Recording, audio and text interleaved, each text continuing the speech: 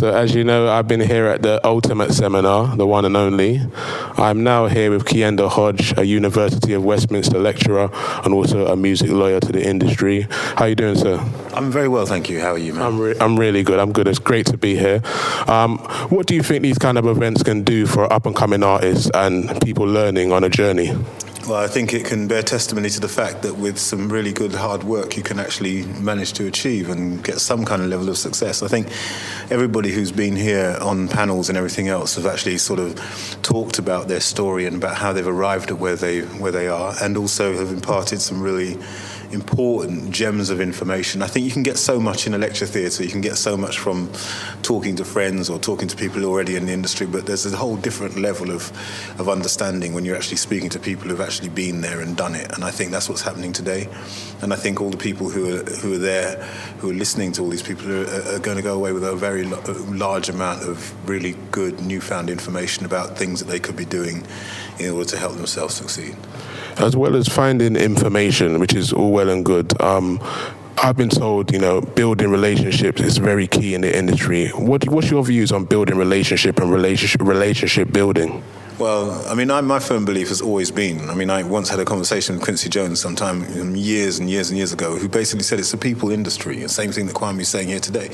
You hear that all the time. At the end of the day, it's very much more about actually knowing people and being able to relate to people, even more than even knowing the business. I mean, knowing the business comes secondary to actually understanding it's a people business. And those contacts, those relationships are so crucially important. People don't want to do business with people they don't really know. So consequently, a strategy around how you get into people's mindset, how you get into their sort of radar, and what the kind of things that you do to develop those relationships are effectively essential. I mean, you could succeed in the industry if only you were very good at getting relationships or maintaining those relationships rather than even just knowing about the business. That's how key it is.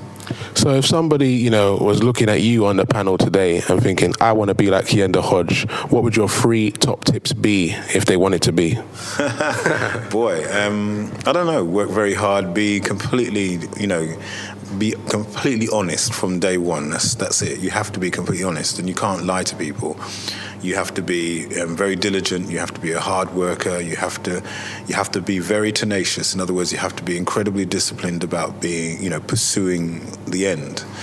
Just done a deal just very recently to get a track on Rihanna's current album, which is an amazing achievement. But for that, we had to push really hard for what we wanted to get for our producer. So, it's that whole thing about, pushing every time you're presented with an opportunity where you want to do something. Then it's being tenacious in order to be able to achieve that. It's all about that. In 2012, what I've seemed to come across a lot, there's a lot of people who are kind of, a jack of all trades but a master of none. So I want to know, what are your views on this? I've asked, Rich32 about this earlier. Now I want to ask you about this. What are your views on this, trying to do everything at one time, being an actor, musician, model, technician? You know what I mean? What are your views on this situation here?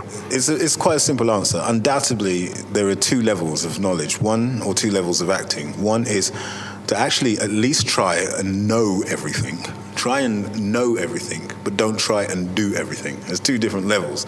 Trying to do everything is not going to get you anywhere. Decide what you want to do, where you want to be in the industry, make a beeline for that, and create a strategy for yourself that allows you to do that.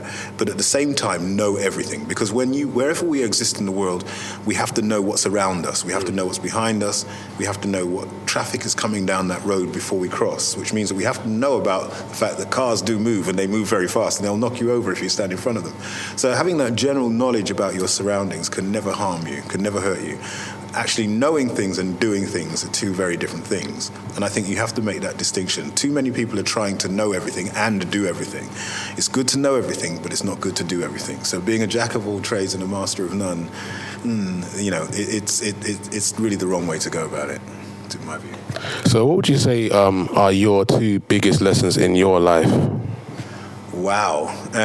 One is be really nice to everybody. Understand that, it is a people industry, as I said before, and so things always come round and bite you in the ass if you're not careful. And the other thing is, So you've got to be nice to everybody, but understand that everybody is after everything. And it's not saying that don't trust people, but when you build those relationships, as a lawyer, I say, it's not because you don't want to trust people, but you got to create clear, consistent relationships. If you do that, then you will be in good shape. I mean, my biggest lesson is being in a situation where that wasn't clear, and everything, and really on the pinnacle, just about to get the biggest success of my life.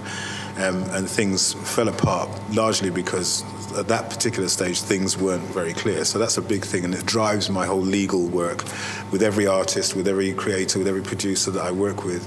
It's made me realize that you have to be very, very clear. Yeah. Okay, there's many people who saw you today, but for the listeners who couldn't be there, physically, I want to know like some of the people you've worked with over the years, including Jay-Z. Tell us a bit about that and a few other people you've worked with in your great time as a lawyer and a lecturer. Wow, I don't know. I mean, I really don't like dropping names because it's kind of crazy. But yeah, I've worked with Jay and with Sean, and I've done lots of work with LL Cool J back in the day.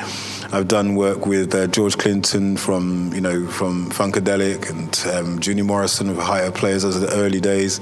Coming a little bit forward now, I've done work with people like some early UK bands like Truce and Damage and stuff. And yeah, it's been cool. And right now I'm working with people like Taurus Riley from Jamaica, Sly and Robbie, and Dean Fraser. And I'm doing some of their kind of legal work. And Taurus is blowing up pretty big now, so that's pretty busy times. Okay.